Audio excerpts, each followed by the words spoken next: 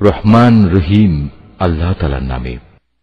এই যে নবী রাসূলরা রয়েছে, এদের কাউকে কারো উপর আমি বেশি মর্যাদা দান করেছি।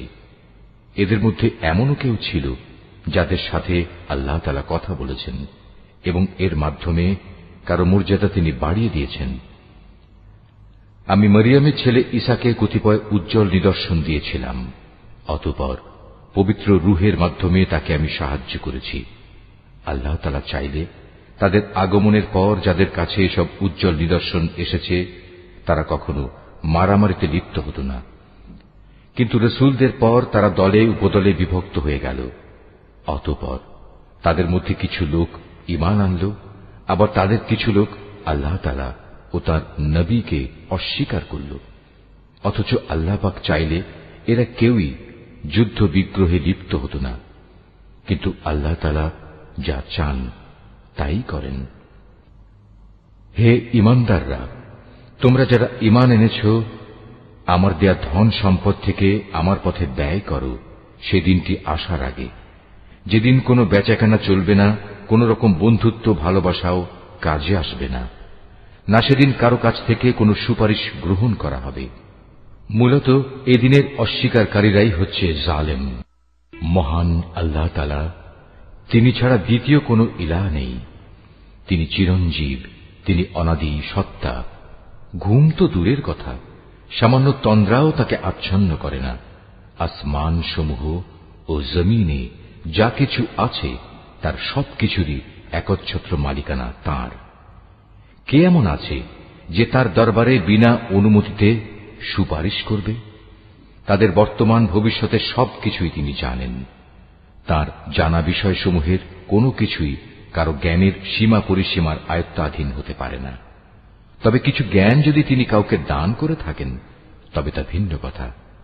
তার বিশাল সাম্রাজ্য আসমান জমিনের সবকিছুই পরিবেষ্টন করে আছে। এ উভয়টির হেফাজত করার কাজ কখনো তাকে পরিশ্রান্ত করে না। তিনি পরাক্রমশালী ও অসীম মর্যাদাবান। আল্লাহর দ্বীনের ব্যাপারে কোনো জোর জবরদস্তি নেই, কারণ সত্য এখানে মিথ্যা থেকে পরিষ্কার হয়ে গেছে।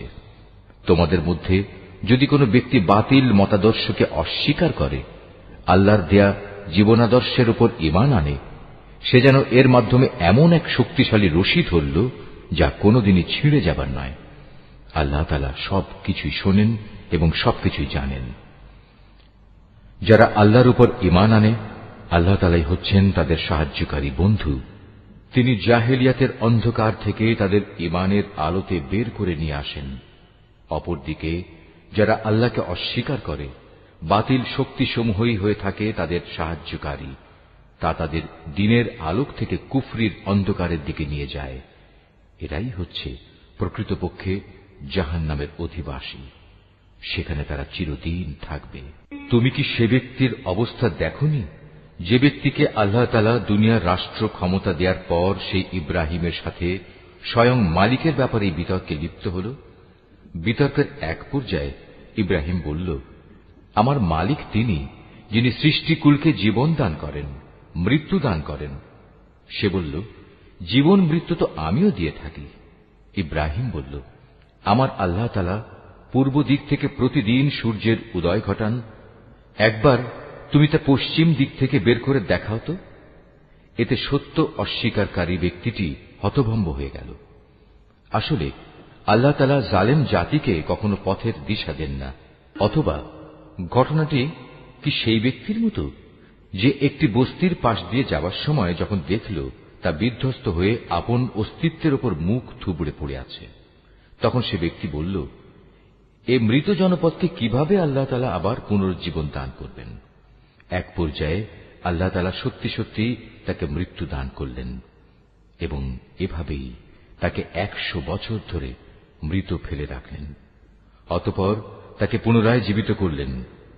এবার জিজ্ঞেস করলেন, বলতে পারো তুমি কতকাল মৃত অবস্থায় কাটিয়েছ?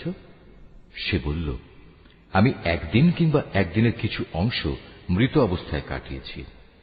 আল্লাহ তাআলা বললেন, বরং এমনি অবস্থায় তুমি 100 বছর কাটিয়ে দিয়েছ। তাকিয়ে দেখো তোমার নিজস্ব খাবার ও পানীয়ের দিকে, দেখবে তা বিন্দুমাত্র পচেনি।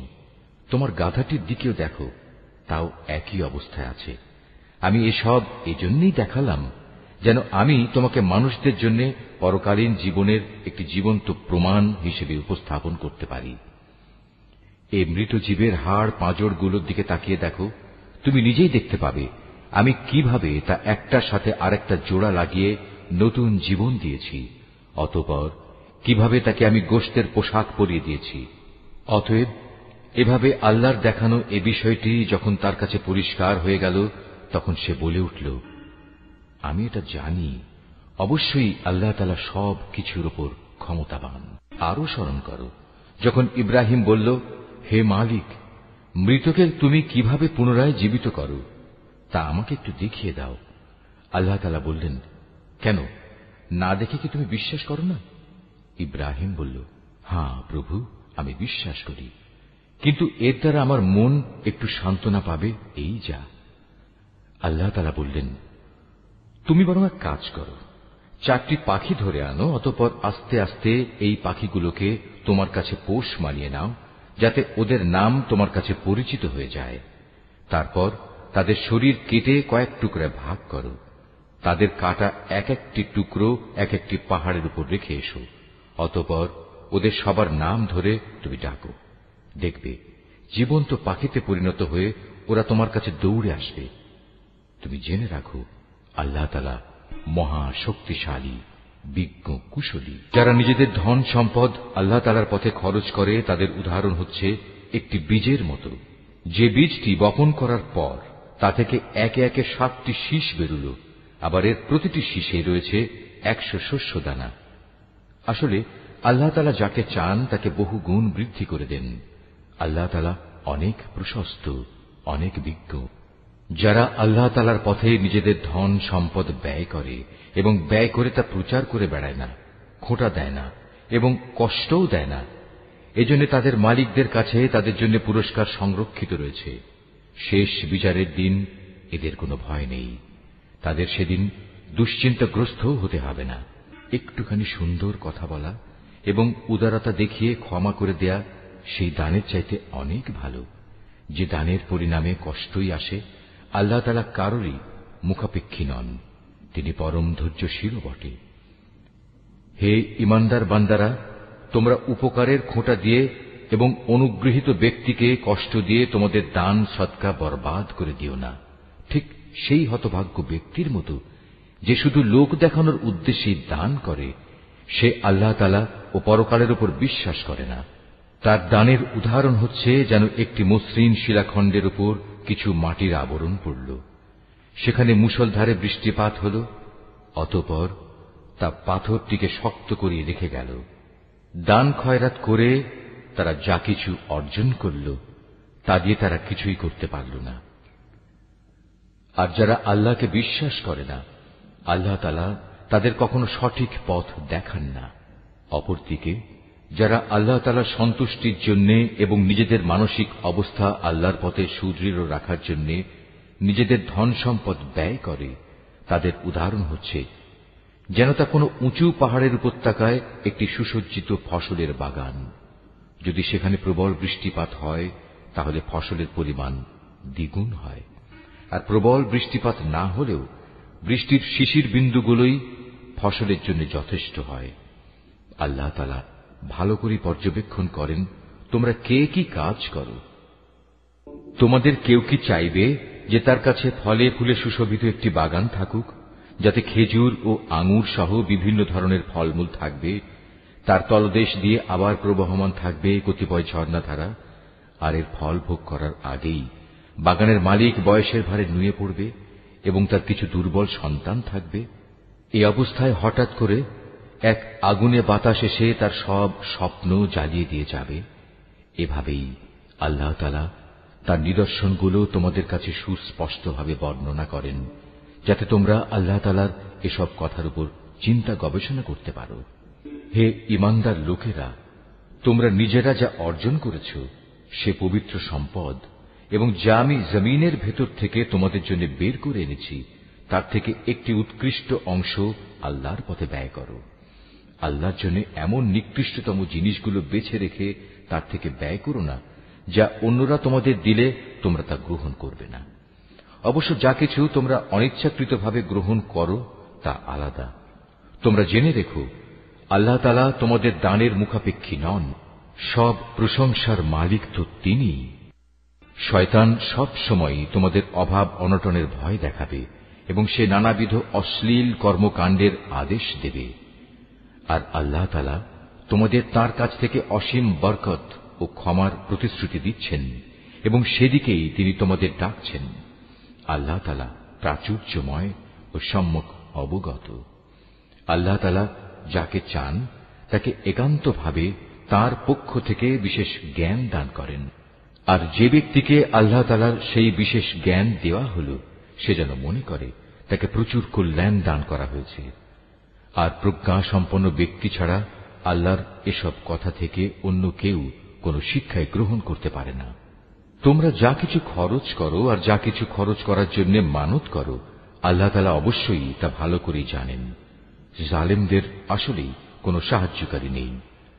আল্লাহ তাআলা সন্তুষ্টির জন্য তোমরা যা কিছু দান করো তা যদি প্রকাশ্যভাবে মানুষদের সামনে করো তা ভালো কথা, তাতে কোনো দোষ নেই। তবে যদি তোমরা তা মানুষদের কাছে গোপন রাখো এবং চুপে চুপে অসহায়দের দিয়ে দাও, তা হবে তোমাদের জন্য উত্তম। এ দানের কারণে আল্লাহ তাআলা তোমাদের বহুবিধ গুনাহ খাতা মুছে দেবেন। আর তোমরা যাই করো না কেন, আল্লাহ তাআলা সবকিছু সম্পর্কে ওয়াকিবহাল রয়েছেন। যারা তোমার কথা শোনে না, তাদের হেদায়েতের দায়িত্ব তোমার উপর নয়, তবে আল্লাহ তাআলা যাকে চান তাকেই সঠিক পথ দেখান। তোমরা যা দান সদকা করো, এটা তোমাদের জন্য কল্যাণকর, কারণ তোমরা তো এজন্যই খরচ করো যেন আল্লাহর সন্তুষ্টি অর্জন করতে পারো। তোমরা আজ যা কিছু দান করবে, আগামীকাল তার পুরোপুরি পুরস্কার তোমাদের আদায় করে দেয়া হবে। সেদিন তোমাদের উপর কোন রকম জুলুম করা হবে না। দান সদকা তো তোমাদের মাঝে এমন কিছু গরিব মানুষের জন্য, যারা আল্লাহর পথে এমন ভাবে ব্যাপৃত, যারা নিজেদের জন্য জমিনের বুকে চেষ্টা সাধনা করতে পারে না। আত্মসম্মান বোধের কারণে কিছু চায় না বলে অজ্ঞ মূর্খ লোকেরা এদের মনে করে এরা বুঝি সচ্ছল, কিন্তু তুমি এদের বাহ্যিক চেহারা দেখেই এদের সঠিক অবস্থা বুঝে নিতে পারো। এরা মানুষদের কাছ থেকে কাকুতি মিনতি করে ভিক্ষা করতে পারে না। তোমরা যা কিছুই খরচ করবে, আল্লাহ তাআলা তার যথার্থ বিনিময় দেবেন, কারণ তিনি সবকিছুই দেখেন। যারা দিনরাত প্রকাশ্যে ও সঙ্গোপনে নিজেদের মাল সম্পদ ব্যয় করে, তাদের মালিকের দরবারে তাদের এ দানের প্রতিফল সুরক্ষিত রয়েছে। তাদের উপর কোন রকম ভয়ভীতি থাকবে না, তারা চিন্তিতও হবে না। যারা সুদ খায় তারা মাথা উঁচু করে দাঁড়াতে পারবে না, দাঁড়ালেও তার দাঁড়ানো হবে সে ব্যক্তির মতো যাকে শয়তান নিজস্ব পরশ দিয়ে দুনিয়ার লোভ লালসায় মোহাচ্ছন্ন করে রেখেছে। এটা এই কারণে যেহেতু এরা বলে ব্যবসা বাণিজ্য তো সুদের মতোই একটা কারবারের নাম, অথচ আল্লাহ তাআলা ব্যবসা হালাল করেছেন এবং সুদকে হারাম করেছেন। তাই তোমাদের যার যার কাছে তার মালিকের পক্ষ থেকে সুদ সংক্রান্ত এই উপদেশ পৌঁছেছে, সে অতঃপর সুদের কারবার থেকে বিরত থাকবে। আগে এ আদেশ আসা পর্যন্ত যে সুদ সে খেয়েছে তা তো তার জন্য অতিবাহিত হয়েই গেছে। তার ব্যাপার একান্তই আল্লাহ তাআলার সিদ্ধান্তের উপর। কিন্তু এরপর যে ব্যক্তি আবার সুদী কারবারে ফিরে আসবে, তারা অবশ্যই জাহান্নামের অধিবাসী হবে, সেখানে তারা চিরদিন থাকবে। আল্লাহ তাআলা সুদ নিশ্চিহ্ন করেন, অপরদিকে দান সৎকার পবিত্র কাজকে তিনি উত্তরোত্তর বৃদ্ধি করেন। আল্লাহ তাআলা তার নিয়ামতের প্রতি অকৃতজ্ঞ পাপিষ্ঠ ব্যক্তিদের কখনো পছন্দ করেন না। তবে যারা সত্যিকার অর্থে আল্লাহ তাআলার উপর ঈমান এনেছে এবং ভালো কাজ করেছে, নামাজ প্রতিষ্ঠা করেছে, যাকাত আদায় করেছে, তাদের সেদিন কোনো ভয় থাকবে না, তারা সেদিন চিন্তিতও হবে না। হে ঈমানদার লোকেরা, তোমরা সুদের ব্যাপারে আল্লাহকে ভয় করো। আগের সুদী কারবারের যেসব বকেয়া আছে তোমরা তা ছেড়ে দাও, যদি সত্যিই তোমরা আল্লাহর উপর ঈমান আনো। যদি তোমরা এমনটি না করো, তাহলে অতঃপর আল্লাহ তাআলা ও তাঁর রাসূলের পক্ষ থেকে তোমাদের বিরুদ্ধে যুদ্ধের ঘোষণা থাকবে। আর যদি এখনো তোমরা আল্লাহর দিকে ফিরে আসো, তাহলে তোমরা তোমাদের মূলধন ফিরে পাবার অধিকারী হবে। সুদী কারবার দ্বারা অন্যের উপর জুলুম করো না, তোমাদের উপরও অতঃপর সুদের জুলুম করা হবে না। সে ঋণ গ্রহীতা ব্যক্তি কখনো যদি অভাবগ্রস্ত হয়ে পড়ে তাহলে তার উপর চাপ দিও না, বরং তার সচ্ছলতা ফিরে আসা পর্যন্ত তাকে অবকাশ দাও। আর যদি তা মাফ করে দাও তাহলে তা হবে তোমাদের জন্য অতি উত্তম কাজ। যদি তোমরা ভালোভাবে জানো তাহলে তাই করো। সেদিনটিকে ভয় করো যেদিন তোমাদের সবাইকে আল্লাহর দিকে ফিরিয়ে নেওয়া হবে। সেদিন প্রত্যেক মানব সন্তানকে জীবনভর কামাই করা পাপ পুণ্যের পুরোপুরি ফলাফল দিয়ে দেয়া হবে। কারো উপর সেদিন কোন ধরনের জুলুম করা হবে না। হে ঈমানদার বান্দারা, তোমরা যখন পরস্পরের সাথে নির্দিষ্ট একটি সময়ের জন্য ঋণের চুক্তি করো তখন তা লিখে রাখো। তোমাদের মধ্যকার যে কোনো একজন লেখক সুবিচারের ভিত্তিতে এ চুক্তিনামা লিখে দেবে। যাকে আল্লাহ তাআলা লেখা শিখিয়েছেন সে যেন কখনো লিখতে অস্বীকৃতি না জানায়। লেখার সময় ঋণ গ্রহীতা লেখককে বলে দেবে কি কি শর্ত সেখানে লিখতে হবে। এ পর্যায়ে লেখককে অবশ্যই তার মালিক আল্লাহ তাআলাকে ভয় করা উচিত। চুক্তিনামা লেখার সময় লক্ষ্য রাখতে হবে তার কিছু যেন বাদ না পড়ে। যদি সে ঋণ গ্রহীতা অজ্ঞ, মূর্খ এবং সব দিক থেকে দুর্বল হয়, অথবা চুক্তিনামার কথাবার্তা বলে দেওয়ার ক্ষমতাই তার না থাকে, তাহলে তার পক্ষ থেকে তার কোনো অভিভাবক ন্যায়ানুগ পন্থায় বলে দেবে কি কি কথা লিখতে হবে। তদুপরি তোমাদের মধ্যে থেকে দুইজন পুরুষকে এ চুক্তিপত্রে সাক্ষী বানিয়ে নিও। যদি দুইজন পুরুষ একত্রে পাওয়া না যায় তাহলে একজন পুরুষ এবং দুজন মহিলা সাক্ষী হবে, যাতে করে তাদের একজন ভুলে গেলে দ্বিতীয়জন তাকে স্মরণ করিয়ে দিতে পারে। এমন সব লোকদের মধ্যে থেকে সাক্ষী নিতে হবে যাদের উভয় পক্ষ পছন্দ করবে। সাক্ষীদের যখন সাক্ষী প্রদানের জন্য ডাকা হবে তখন তারা তা অস্বীকার করবে না। লেনদেনের সময় পরিমাণ ছোট হোক কিংবা বড় হোক, দিনক্ষণ সহ তা লিখে রাখার ব্যাপারে অবহেলা করো না।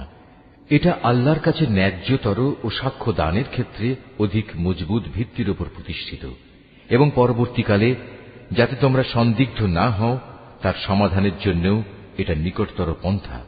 যা কিছু তোমরা নগদ হাতে হাতে আদান প্রদান করো তা সব সময় না লিখলেও তোমাদের কোনো ক্ষতি নেই, তবে ব্যবসায়িক লেনদেনের সময় অবশ্যই সাক্ষী রাখবে। দলিলের লেখক ও চুক্তিনামার সাক্ষীদের কখনো তাদের মত বদলানোর জন্য কষ্ট দেয়া যাবে না। তারপরেও তোমরা যদি তাদের এ ধরনের যাতনা প্রদান করো তাহলে জেনে রেখো তা হবে তোমাদের জন্য একটি মারাত্মক গুনাহ। এ ব্যাপারে আল্লাহ তাআলা তোমাদের সব কিছুই শিখিয়ে দিচ্ছেন, কেননা আল্লাহ তাআলা সব কিছুই জানেন। যদি তোমরা কখনো সফরে থাকো এবং এ কারণে ঋণের চুক্তি লেখার মতো কোনো লেখক না পাও, তাহলে চুক্তি লেখার বদলে কোনো জিনিস বন্ধক রেখে দাও। যখন তোমাদের কোনো ব্যক্তি অপর ব্যক্তিকে কোনো বন্ধকি জিনিসের ব্যাপারে বিশ্বাস করে, এমতাবস্থায় যে ব্যক্তিকে বিশ্বাস করা হয়েছে তার উচিত সেই আমানত যথাযথ ফেরত দেয়া এবং আমানতের ব্যাপারে আল্লাহ তাআলাকে ভয় করা, যিনি তার মালিক। তোমরা কখনো সাক্ষ্য গোপন করো না। যে ব্যক্তি তা গোপন করে সে অবশ্যই অন্তরের দিক থেকে পাপিষ্ঠ সাব্যস্ত হয়। বস্তুত আল্লাহ তাআলা তোমাদের যাবতীয় কাজকর্মের ব্যাপারে সম্যক অবগত রয়েছেন। আসমান জমিনে যা কিছু আছে তা সবই আল্লাহ তাআলার জন্য। তোমরা তোমাদের মনের ভেতরে যা কিছু আছে তা যদি প্রকাশ করো কিংবা তা গোপন করো, আল্লাহ তাআলা একদিন তোমাদের কাছ থেকে এর পুরোপুরি হিসাব গ্রহণ করবেন। এরপর তিনি যাকে ইচ্ছা তাকে মাফ করে দেবেন, আবার যাকে ইচ্ছা তাকে তিনি শাস্তি দেবেন। আল্লাহ তাআলা সব কিছুর উপর ক্ষমতাবান। আল্লাহর রসূল সে বিষয়ের উপর ঈমান এনেছে যা তার উপর তার মালিকের পক্ষ থেকে নাযিল করা হয়েছে, আর যারা সে রসূলের উপর বিশ্বাস স্থাপন করেছে তারাও সে একই বিষয়ের উপর ঈমান এনেছে। এরা সবাই ঈমান এনেছে আল্লাহর উপর, তার ফেরেশতাদের উপর, তার কিতাব সমূহের উপর, তার রসূলদের উপর। তারা বলে, আমরা তার পাঠানো নবী রসূলদের কারো মাঝে কোন রকম পার্থক্য করি না। আর তারা বলে, আমরা তো আল্লাহর নির্দেশ শুনেছি এবং তা মেনেও নিয়েছি। হে আমাদের মালিক, আমরা তোমার ক্ষমা চাই এবং আমরা জানি আমাদের একদিন তোমার কাছেই ফিরে যেতে হবে। আল্লাহ তাআলা কখনো কাউকেই তার শক্তি সামর্থ্যের বাইরে কোনো কাজের দায়িত্ব চাপিয়ে দেন না। সে ব্যক্তির জন্য ততটুকু বিনিময় রয়েছে যতটুকু সে এ দুনিয়ায় সম্পন্ন করবে। আবার সে যতটুকু মন্দ দুনিয়ায় অর্জন করেছে তার উপর তার ততটুকু শাস্তি পতিত হবে। অতএব হে মোমেন ব্যক্তিরা, তোমরা এই বলে দোয়া করো, হে আমাদের মালিক, যদি আমরা কিছু ভুলে যাই, কোথাও যদি আমরা কোনো ভুল করে বসি, তার জন্য তুমি আমাদের পাকড়াও করো না। হে আমাদের মালিক, আমাদের পূর্ববর্তী জাতিদের উপর যে ধরনের বোঝা তুমি চাপিয়েছিলে তা আমাদের উপর চাপিও না। হে আমাদের মালিক, যে বোঝা বইবার সামর্থ্য আমাদের নেই তা তুমি আমাদের উপর চাপিয়ে দিও না। তুমি আমাদের উপর মেহেরবানি করো, তুমি আমাদের মাফ করে দাও, আমাদের উপর তুমি দয়া করো। তুমি আমাদের একমাত্র আশ্রয়দাতা বন্ধু। অতএব কাফেরদের মোকাবেলায় তুমি আমাদের সাহায্য করো। সূরা আলে ইমরান। রহমান রহিম আল্লাহ তাআলার নামে। আলিফ লাম মিম। মহান আল্লাহ তাআলা, তিনি ছাড়া অন্য কোনো মাবুদ নেই। তিনি চিরঞ্জীব, তিনি চিরস্থায়ী। তিনি সত্য দিন সহকারে তোমার উপর এই কিতাব নাজিল করেছেন, যা তোমার আগে নাজিল করা যাবতীয় কিতাবের সত্যতা স্বীকার করে, এবং তিনি তাওরাত ও ইনজিল নাজিল করেছেন। মানব জাতিকে সঠিক পথ প্রদর্শনের জন্য ইতিপূর্বে আল্লাহ তাআলা আরো কিতাব নাজিল করেছেন। তিনি হক ও বাতিলের মধ্যে ফয়সালা করার মানদণ্ড হিসেবে কোরআন অবতীর্ণ করেছেন। তা সত্ত্বেও যারা আল্লাহ তাআলার নিদর্শন সমূহকে অস্বীকার করবে তাদের জন্য রয়েছে কঠোর শাস্তি। আল্লাহ তাআলা অসীম ক্ষমতার মালিক, তিনি চরম প্রতিশোধ গ্রহণকারীও বটে। আল্লাহ তাআলার কাছে আকাশমালা ও ভূখণ্ডের কোন তথ্যই গোপন নেই। তিনি তো সেই মহান সত্তা, যিনি মায়ের পেটে থাকতেই তার ইচ্ছা মতো তোমাদের আকৃতি গঠন করেছেন। আসলেই আল্লাহ তাআলা ছাড়া দ্বিতীয় কোনো মাবুদ নেই। তিনি প্রচন্ড ক্ষমতাশালী এবং প্রবল প্রজ্ঞাময়। তিনি সেই মহান সত্তা। তিনি তোমার উপর এই কিতাব নাজিল করেছেন। এই কিতাবে দু ধরনের আয়াত রয়েছে। এর কিছু হচ্ছে সুস্পষ্ট দ্ব্যর্থহীন আয়াত, সেগুলি হচ্ছে কিতাবের মৌলিক অংশ। এছাড়া বাকি আয়াতগুলো হচ্ছে রূপক বর্ণনায় বর্ণিত মানুষের মাঝে যাদের অন্তরে বক্রতা রয়েছে। তারা এগুলোকে কেন্দ্র করেই নানা ধরনের ফিতনা ফাসাদ সৃষ্টি করা এবং আল্লাহর কিতাবের অপব্যাখ্যা করার উদ্দেশ্যে এসব রূপক আয়াত থেকে কিছু অংশের অনুসরণ করে। মূলত এসব রূপক বিষয়ের ব্যাখ্যা আল্লাহ তাআলা ছাড়া আর কেউ জানে না। এ কারণেই যাদের মধ্যে জ্ঞানের গভীরতা আছে সেসব ব্যক্তি বলে, আমরা এর সবটুকুর উপর ঈমান এনেছি। এগুলো সবই তো আমাদের মালিকের পক্ষ থেকে আমাদের দেয়া হয়েছে। সত্য কথা হচ্ছে, আল্লাহর হেদায়েতে প্রজ্ঞা সম্পন্ন লোকেরাই কেবল শিক্ষা গ্রহণ করে থাকে। তারা আরো বলে, হে আমাদের মালিক, একবার যখন তুমি আমাদের সঠিক পথের দিশা দিয়েছ, তখন আর তুমি আমাদের মনকে বাঁকা করে দিও না।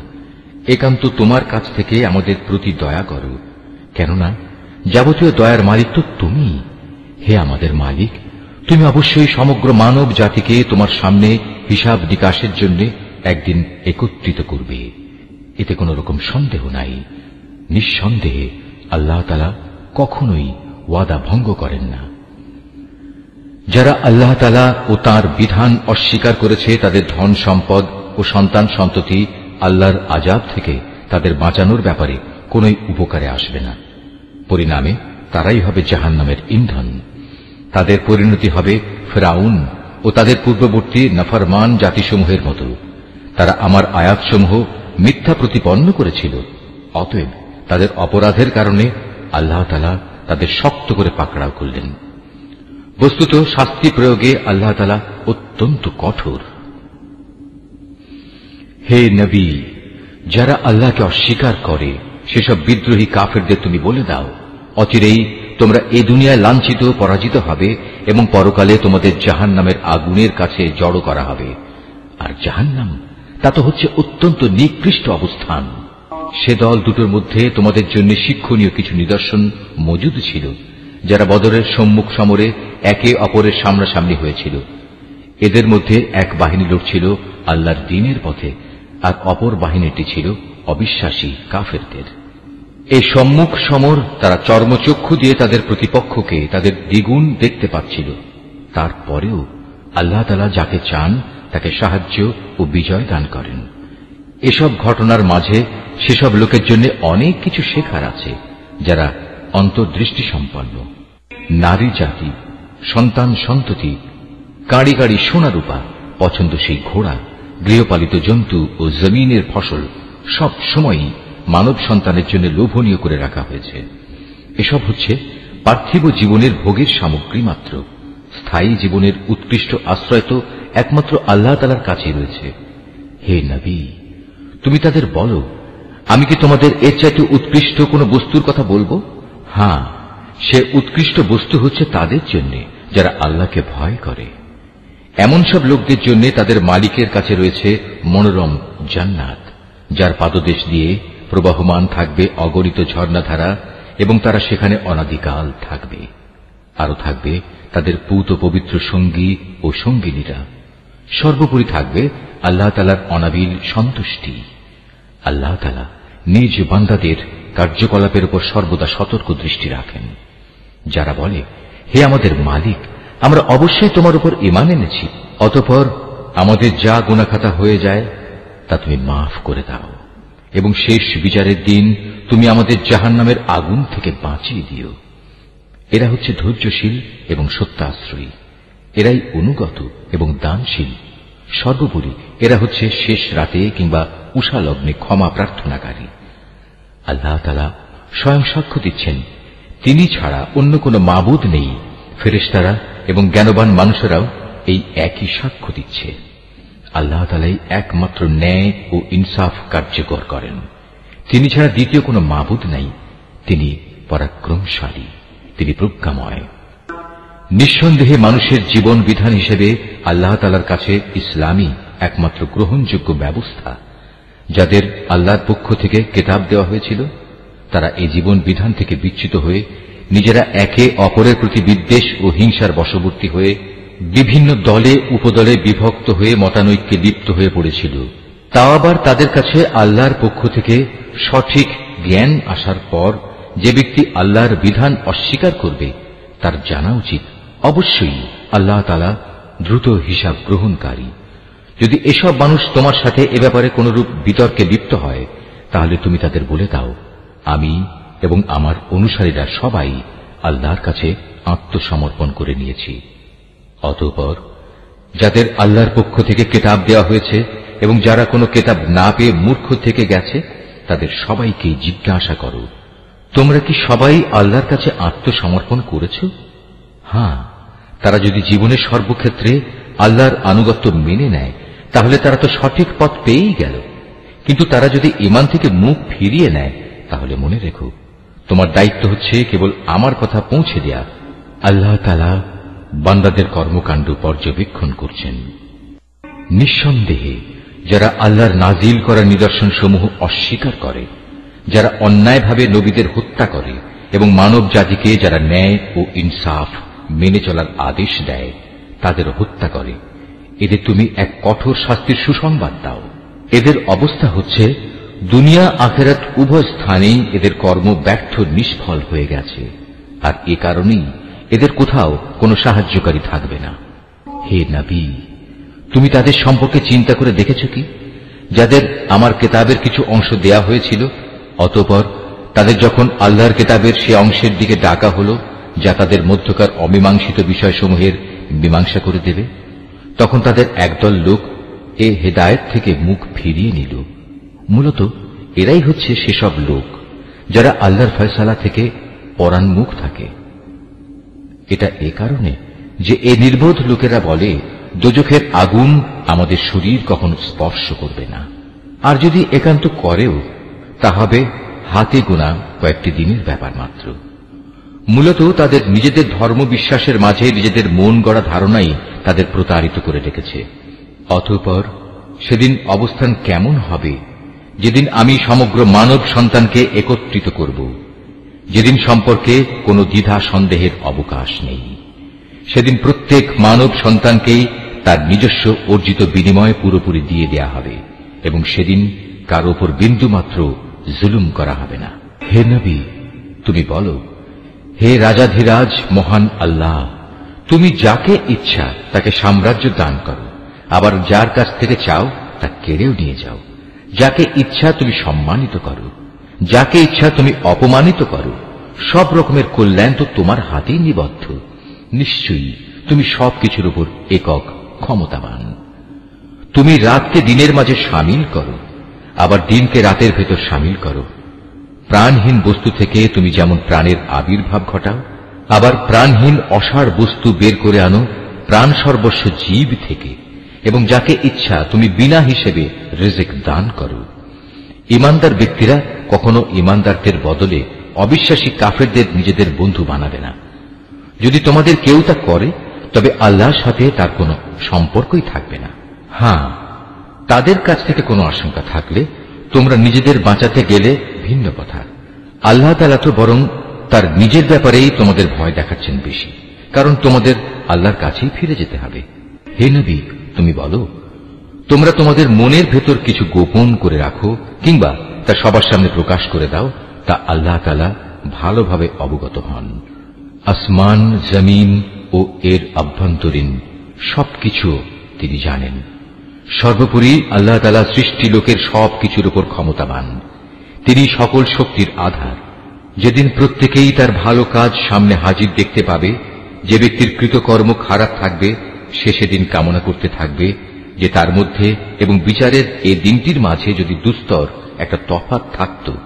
আল্লাহ তাআলা তো তোমাদের তার ক্ষমতা ও শাস্তি থেকে ভয় দেখাচ্ছেন, কারণ আল্লাহ তাআলা তার বান্দাদের সাথে অত্যন্ত অনুগ্রহশীল।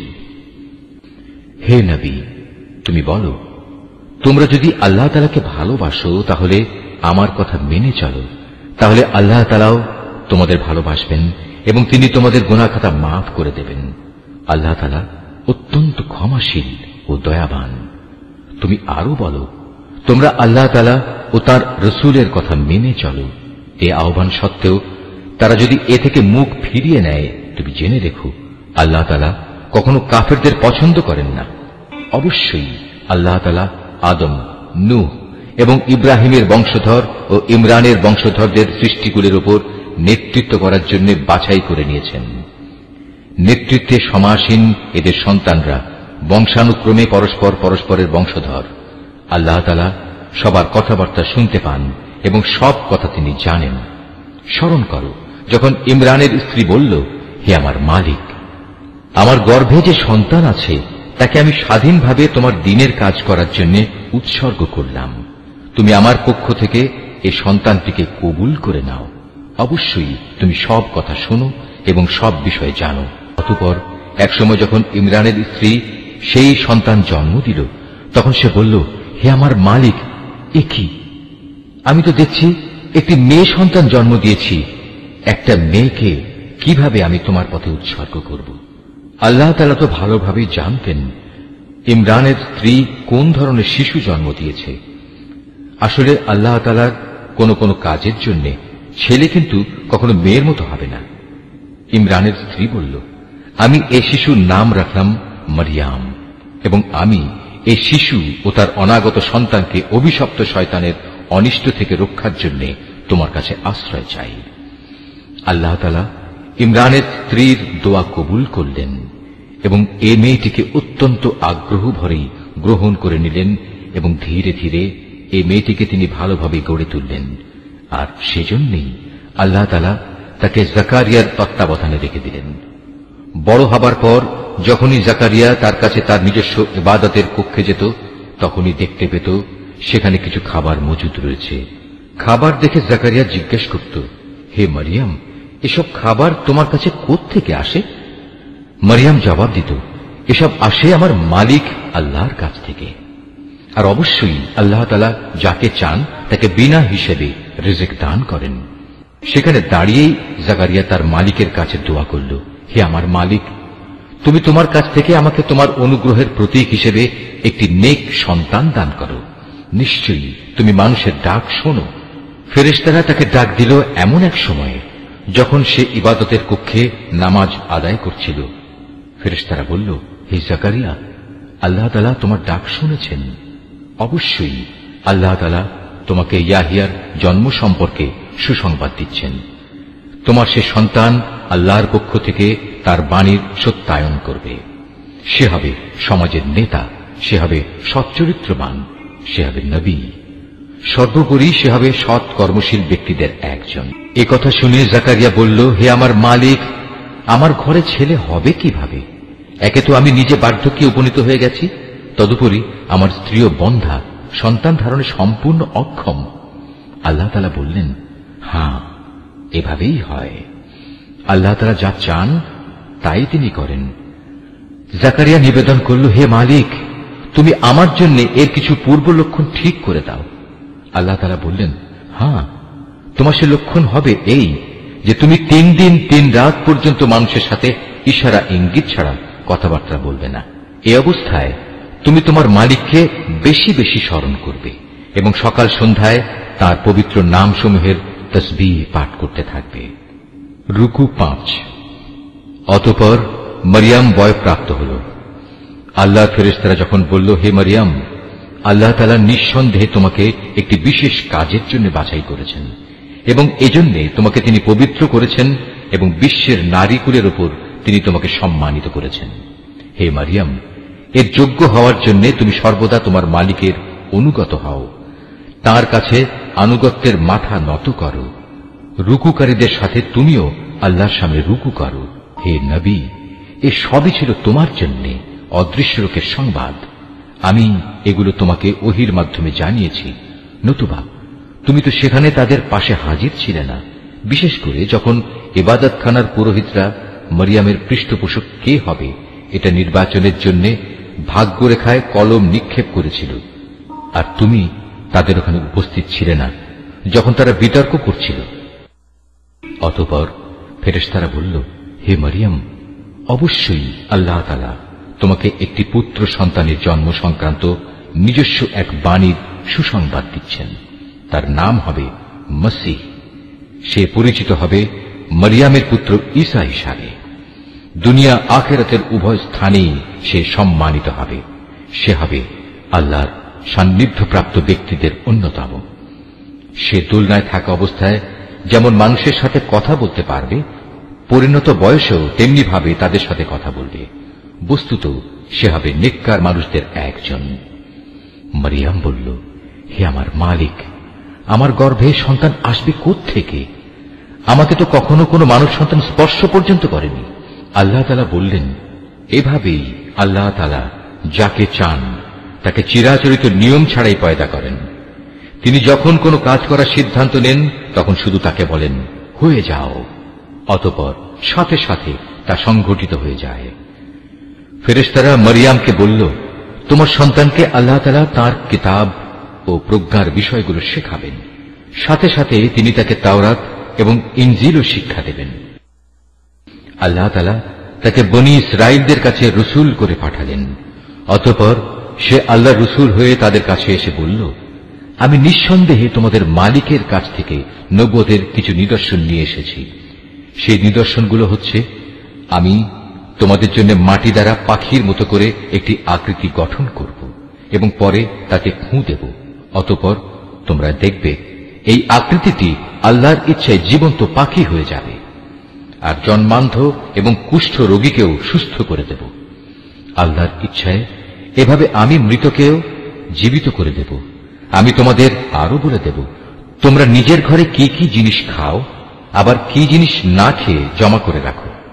মূলত তোমরা যদি আল্লাহর উপর ঈমান আনো তাহলে নিঃসন্দেহে এতে তোমাদের জন্য নিদর্শন রয়েছে। মসীহ ঈসা ইবনে মরিয়ম আরো বলবে, তাওরাতের যে বাণী আমার কাছে রয়েছে আমি তার সত্যায়নকারী। তাছাড়া তোমাদের উপর হারাম করে রাখা হয়েছে এমন কতিপয় জিনিসও আমি তোমাদের জন্য হালাল করে দেব, এবং আমি তোমাদের মালিকের পক্ষ থেকে এই নিদর্শন নিয়েই এসেছি। অতএব তোমরা আল্লাহকে ভয় করো এবং আমার আনুগত্য করো। নিশ্চয়ই আল্লাহ তাআলা আমার মালিক, তোমাদেরও মালিক। অতএব তোমরা তাঁরই ইবাদত করো, আর এটাই হচ্ছে একমাত্র সঠিক ও সোজা পথ। অতঃপর ঈসা যখন তাদের থেকে কুফরি আঁচ করতে পারল, তখন সে সাথীদের ডেকে বলল, কে আছো তোমরা? আল্লাহ তাআলার পথের দিকে চলার সময় আমার সাহায্যকারী হবে? হাওয়ারীরা বলল, হ্যাঁ, আমরাই হব আল্লাহর সাহায্যকারী। আমরা আল্লাহর উপর ঈমান এনেছি। হে ঈসা, তুমি সাক্ষী থাকো, আমরা সবাই এক একজন অনুগত বান্দা। হাওয়ারীরা বলল, হে আল্লাহ, তুমি যা কিছু নাজিল করেছ আমরা তার উপর ঈমান এনেছি এবং আমরা রাসূলের কথাও মেনে নিয়েছি, সুতরাং তুমি সত্যের পক্ষে সাক্ষ্যদাতাদের সাথে আমাদের নাম লিখে দাও। অতঃপর বনী ইসরায়েলের লোকেরা আল্লাহর নবীর বিরুদ্ধে দারুণ শঠতা করল, তাই আল্লাহ কৌশলের পন্থা গ্রহণ করলেন। বস্তুত আল্লাহ তাআলাই হচ্ছেন সর্বোত্তম কৌশলী। যখন আল্লাহ তাআলা বললেন, হে ঈসা, আমি তোমার এই দুনিয়ার জীবন কাটানোর কাল শেষ করতে যাচ্ছি এবং বর্তমান পরিস্থিতিতে আমি তোমাকে আমার কাছে তুলে আনব। যারা তোমাকে মেনে নিতে অস্বীকার করছে তাদের যাবতীয় পাপ থেকেও আমি তোমাকে পবিত্র করে নেব, আর যারা তোমাকে অনুসরণ করছে তাদের আমি কিয়ামত পর্যন্ত এই অস্বীকারীদের উপর বিজয়ী করে রাখব। অতঃপর তোমাদের সবাইকে আমার কাছেই ফিরে আসতে হবে। সেদিন ঈসা সম্পর্কিত যেসব বিষয়ে তোমরা মতবিরোধে লিপ্ত ছিলে তার সবকটি বিষয়ই আমি তোমাদের মাঝে মীমাংসা করে দেব। যারা আমার বিধান অস্বীকার করেছে আমি তাদের এই দুনিয়ায় অপমান ও আখিরাতে আগুনে দগ্ধ হওয়ার কঠোরতর শাস্তি দেব। এ থেকে বাঁচানোর মতো সেদিন তাদের কোনো সাহায্যকারী থাকবে না।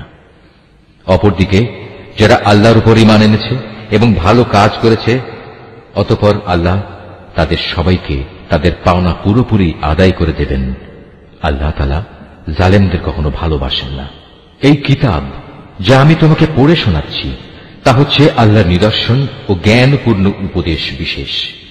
সত্য কথা হচ্ছে আল্লাহ তাআলার কাছে ঈসার উদাহরণ হচ্ছে প্রথম মানুষ আদমের মতো। তাকেও আল্লাহ তাআলা মাতা পিতা ছাড়া সরাসরি মাটি থেকে পয়দা করেছেন। তারপর তাকে বললেন, এবার তুমি মানুষে পরিণত হয়ে যাও। সাথে সাথে তা মানুষ হয়ে গেল। এ হচ্ছে তোমার মালিক আল্লাহর পক্ষ থেকে আসা সত্য প্রতিবেদন। অতঃপর তোমরা কখনো সেসব দলে সামিল হও না যারা ঈসার ব্যাপারে নানা রকম সন্দেহ পোষণ করে। এ বিষয়ে আল্লাহর কাছ থেকে সঠিক জ্ঞান আসার পরেও যদি কেউ তোমার সাথে খামোখা ঝগড়া বিবাদ ও তর্ক করতে চায়, তাহলে তুমি তাদের বলে দাও, এসো আমরা সবাই এ ব্যাপারে একমত হই। আমরা আমাদের ছেলেদের ডাকবো এবং তোমাদের ছেলেদেরও ডাকবো, একইভাবে আমরা ডাকবো আমাদের নারীদের এবং তোমাদের নারীদেরও। সাথে সাথে আমরা আমাদের নিজেদের এবং তোমাদেরও একসাথে জড়ো হওয়ার জন্য ডাক দেব। অতঃপর সবাই এক জায়গায় জড়ো হলে আমরা বিনীতভাবে আবেদন করব, আমাদের মধ্যে যে মিথ্যাবাদী তার উপর আল্লাহর অভিশাপ বর্ষিত হোক। এ হচ্ছে সঠিক ও নির্ভুল ঘটনা। আল্লাহ তাআলা ছাড়া দ্বিতীয় কোনো মাবুদ নাই। নিঃসন্দেহে আল্লাহ তাআলা পরম শক্তিশালী ও প্রজ্ঞাময়। অতঃপর তারা যদি এ চ্যালেঞ্জ থেকে মুখ ফিরিয়ে নেয়, তাহলে তারা যেন জেনে রাখে আল্লাহ তাআলা কলহ সৃষ্টিকারীদের ভালো করেই জানেন। হে নবী, তুমি বলো, হে কিতাবধারীরা, এসো আমরা উভয় একমত হই এমন এক কথায় যা আমাদের কাছে এক ও অভিন্ন, এবং সে কথাটি হচ্ছে আমরা উভয়ই আল্লাহ তাআলা ছাড়া অন্য কারো ইবাদত করব না এবং তার সাথে অন্য কিছুকে অংশীদার বানাব না। সর্বোপরি এক আল্লাহ তাআলা ছাড়া আমরা আমাদের মাঝেও একে অপরকে প্রভু বলে মেনে নেব না। অতঃপর তারা যদি এ থেকে মুখ ফিরিয়ে নেয়, তাহলে তাদের তুমি বলে দাও, তোমরা সাক্ষী থেকো, আমরা আল্লাহর সামনে আনুগত্যের মাথা নত করে দিয়েছি। তুমি আরো বলো, হে কিতাবধারীরা, তোমরা ইব্রাহিম সম্পর্কে আমাদের সাথে অযথা কেন তর্ক করো, অথচ তোমরা জানো তাওরাত ও ইনজিল তার অনেক পরে নাজিল করা হয়েছে। তোমরা কি একথা বুঝতে পারছ না? হ্যাঁ, এর কয়েকটি বিষয়ে তোমাদের হয়তো কিছু কিছু জানাশোনা ছিল এবং সে বিষয়ে তো তোমরা তর্ক বিতর্কও করলে, কিন্তু যেসব বিষয়ে তোমাদের কোনো জ্ঞানই নেই সেসব বিষয়ে তোমরা বিতর্কে লিপ্ত হচ্ছে কেন? আল্লাহ তাআলা তো সবকিছু জানেন, তোমরা কিছুই জানো না। সঠিক ঘটনা হচ্ছে ইব্রাহিম না ছিল ইহুদি না ছিল খ্রিস্টান, বরং সে ছিল একজন একনিষ্ঠ মুসলিম। সে কখনো মুশরিকদের দলভুক্ত ছিল না। মানুষদের ভেতর ইব্রাহিমের সাথে ঘনিষ্ঠতম সম্পর্কের বেশি অধিকার তো আছে সেসব লোকের যারা তার অনুসরণ করেছে। এ নবী ও তার উপর ঈমান আনয়নকারী হচ্ছে ইব্রাহিমের ঘনিষ্ঠতম ব্যক্তি। মূলত আল্লাহ তাআলা একমাত্র তাদেরই সাহায্যকারী পৃষ্ঠপোষক যারা তার উপরে ঈমান আনে। এই কিতাবধারীদের একটি দল বিভ্রান্তি সৃষ্টি করে তোমাদের কোনো না কোনোভাবে পথভ্রষ্ট করে দিতে চায়, যদিও তাদের এ বোধটুকু নেই যে তাদের এসব কর্মপন্থা তাদের নিজেদের ছাড়া অন্য কোনো ব্যক্তিকেই পথভ্রষ্ট করতে পারবে না। হে কিতাবধারীরা, তোমরা জেনে বুঝে কেন আল্লাহর আয়াত ও তাঁর বিধান অস্বীকার করছ, অথচ এই ঘটনাসমূহের সত্যতার সাক্ষ্য তো তোমরা নিজেরাই বহন করছ। হে কিতাবধারীরা, কেন তোমরা হককে বাতিলের সাথে মিশিয়ে দিচ্ছ? এতে করে তোমরা তো সত্যকেই গোপন করে দিচ্ছ, অথচ এটা যে সত্যের একান্ত পরিপন্থী তা তোমরা ভালো করেই জানো। আহলে কিতাবদের মধ্যে থেকে একদল নির্বোধ তাদের নিজেদের লোকদের বলে, মুসলমানদের উপর যা কিছু অবতীর্ণ হয়েছে তোমরা সকালবেলায় তার উপর ঈমান আনো এবং বিকেলবেলায় গিয়ে তা অস্বীকার করো। এর ফলে তারা সম্ভবত ঈমান থেকে ফিরে আসবে। যারা তোমাদের জীবন বিধানের অনুসরণ করে এমন সব লোকজন ছাড়া অন্য কারো কথাই তোমরা মেনে নিও না। হে নবী, তুমি বলে দাও, একমাত্র হেদায়েত হচ্ছে আল্লাহর হেদায়েত। তোমরা একথা মনে করো না যে তোমাদের যে ধরনের ব্যবস্থা দেওয়া হয়েছে তেমন ধরনের কিছু অন্য কাউকেও দেওয়া হবে এবং সে সূত্র ধরে অন্য লোকেরা তোমাদের মালিকের দরবারে তোমাদের বিরুদ্ধে কোন রকম যুক্তিতর্ক খাড়া করবে। হে নবী, তুমি তাদের বলে দাও, হেদায়েতের এ অনুগ্রহ তো আল্লাহর হাতেই। তিনি যাকে ইচ্ছা তাকেই তা দান করেন। আল্লাহ তাআলা বিশাল প্রজ্ঞা সম্পন্ন। নিজের দয়া দিয়ে তিনি যাকে ইচ্ছা তাকে হিদায়াতের জন্য খাস করে নেন। বস্তুত আল্লাহ তাআলা হচ্ছেন অসীম দয়া ও অনুগ্রহের মালিক। আহলে কিতাবদের মধ্যে এমন লোকও আছে, তুমি যদি তাদের কাছে ধন সম্পদের এক স্তূপও আমানত রাখো, তারা চাওয়া মাত্রই তা তোমাকে ফেরত দেবে। আবার এদের মধ্যে এমন কিছু লোকও আছে যাদের কাছে যদি একটি দিনারও তুমি রাখো, তারা তা তোমাকে ফিরিয়ে দেবে না। হ্যাঁ, যদি এজন্যে তোমরা তাদের উপর চেপে বসতে পারো তাহলে সেটা ভিন্ন। এটা এই কারণে যে এরা বলে, এই অইহুদি অশিক্ষিত লোকদের ব্যাপারে আমাদের উপর কোনো বাধ্যবাধকতা নেই। এভাবেই এরা বুঝে শুনে আল্লাহর উপর মিথ্যা কথা বলে। অবশ্য যে ব্যক্তি আল্লাহর সাথে সম্পাদিত প্রতিশ্রুতি রক্ষা করে চলে, অতঃপর সে ব্যাপারে সাবধানতা অবলম্বন করে, তাদের জন্য সুখবর হচ্ছে আল্লাহ তাআলা সাবধানী লোকদের খুব ভালোবাসেন। যারা নিজেদের আল্লাহর সাথে সম্পাদিত প্রতিশ্রুতি ও শপথ সমূহ সামান্য বৈষয়িক মূল্যে বিক্রি করে দেয়, পরকালে তাদের জন্য আল্লাহর পুরস্কারের কোনো অংশই থাকবে না। সেদিন এদের সাথে আল্লাহ তাআলা কোনো কথাবার্তা বলবেন না, এমনকি সেদিন আল্লাহ তাআলা তাদের দিকে তাকিয়েও দেখবেন না এবং আল্লাহ তাআলা তাদের পাক পবিত্রও করবেন না। সত্যি এদের জন্য রয়েছে কঠোর পীড়াদায়ক আযাব।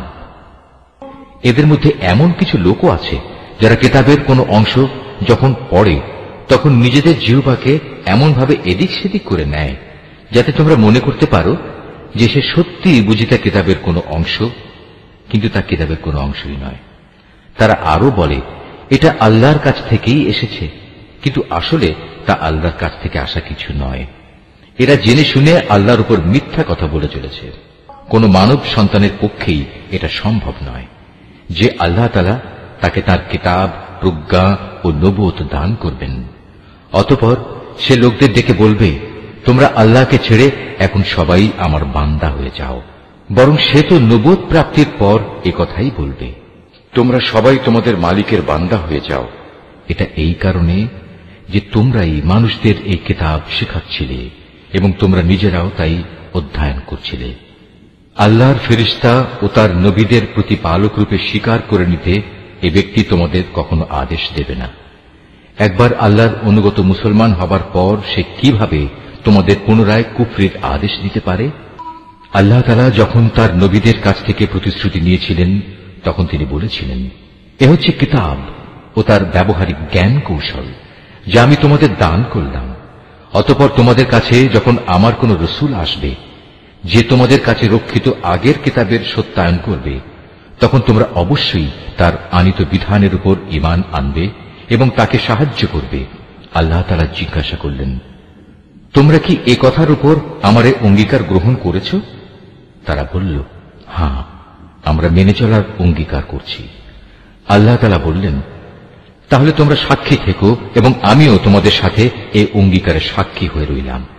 অতঃপর যারা তা ভঙ্গ করে এ থেকে মুখ ফিরিয়ে নেবে তারা অবশ্যই বিদ্রোহী বলে পরিগণিত হবে। তারা কি আল্লাহর দেয়া জীবন ব্যবস্থার বদলে অন্য কোন বিধানের সন্ধান করছে? অথচ আসমান জমিনে যা কিছু আছে, ইচ্ছায় হোক কিংবা অনিচ্ছায় হোক, আল্লাহ তাআলার বিধানের সামনে আত্মসমর্পণ করে আছে এবং প্রত্যেককে তো তাঁর কাছেই ফিরে যেতে হবে। হে নবী, তুমি বলো, আমরা আল্লাহর উপর ঈমান এনেছি আমাদের উপর যা নাজিল করা হয়েছে তার উপর, ইব্রাহিম, ইসমাইল, ইসহাক, ইয়াকুব ও তাদের অন্যান্য বংশধরদের প্রতি যা কিছু নাজিল করা হয়েছে তার উপরও আমরা ঈমান এনেছি। আমরা আরো ঈমান এনেছি মুসা, ঈসা এবং অন্য নবীদের তাদের মালিকের পক্ষ থেকে যা কিছু দেওয়া হয়েছে তার উপরও। আল্লাহর এ নবীদের কারো মাঝেই আমরা কোন ধরনের তারতম্য করি না। মূলত আমরা সবাই হচ্ছি আল্লাহর কাছে আত্মসমর্পণকারী মুসলমান। যদি কেউ ইসলাম ছাড়া নিজের জন্য অন্য কোন জীবন বিধান অনুসন্ধান করে তবে তার কাছ থেকে সে উদ্ভাবিত ব্যবস্থা কখনো গ্রহণ করা হবে না। পরকালে সে চরম ব্যর্থ হবে। বলো, যারা ঈমানের আলো পাওয়ার পর কুফরি করেছে, আল্লাহ তাআলা তাদের কিভাবে আবার আলোর পথ প্রদর্শন করবেন? অথচ এর আগে এরাই সাক্ষ্য দিয়েছিল যে আল্লাহর রসুল সত্য এবং এ রসুলের মাধ্যমেই এদের কাছে উজ্জ্বল নিদর্শন সমূহ এসেছিল। আসলে আল্লাহ তাআলা কখনো সীমা লঙ্ঘনকারী ব্যক্তিদের সঠিক পথ প্রদর্শন করেন না। এসব সীমা লঙ্ঘনজনিত কার্যকলাপের একমাত্র প্রতিদান হিসেবে তাদের উপর আল্লাহ তাআলা তাঁর ফেরেশতা ও অন্য সব মানুষের অভিশাপ বর্ষিত হবে। সে অভিশপ্ত স্থান হচ্ছে জাহান্নাম। সেখানে তারা অনাদিকাল ধরে পড়ে থাকবে। এক মুহূর্তের জন্যও তাদের উপর শাস্তির মাত্রা কমানো হবে না, না আযাব থেকে তাদের একটুখানি বিরাম দেওয়া হবে। তবে তাদের কথা আলাদা, যারা এসব কিছুর পর তওবা করেছে এবং তারপর নিজেদের সংশোধন করে নিয়েছে। আল্লাহ তাআলা অবশ্যই ক্ষমাশীল ও পরম দয়ালু। কিন্তু যারা একবার ঈমান আনার পর কুফরির পথ অবলম্বন করেছে, অতঃপর তারা এই বেঈমানি কার্যকলাপ দিন দিন বাড়াতেই থেকেছে, আল্লাহর দরবারে তাদের তওবা কখনো কবুল হবে না, কারণ এ ধরনের লোকেরাই হচ্ছে পথভ্রষ্ট। রুকু 10। এটা সুনিশ্চিত, যারা আল্লাহ তাআলাকে অস্বীকার করেছে এবং কুফরি অবস্থায় তাদের মৃত্যু হয়েছে, তারা যদি নিজেদের আল্লাহর আযাব থেকে বাঁচানোর জন্য এক পৃথিবী পূর্ণ স্বর্ণ মুক্তিপণ হিসেবে খরচ করে, তবু তাদের কারো কাছ থেকে তা গ্রহণ করা হবে না। বস্তুত এরাই হচ্ছে সেসব হতভাগ্য ব্যক্তি যাদের জন্য রয়েছে মর্মন্তুদ আযাব, আর সেদিন তাদের কোনো সাহায্যকারীও থাকবে না। নিশ্চয়ই আল্লাহ যা বলেছেন সত্য বলেছেন।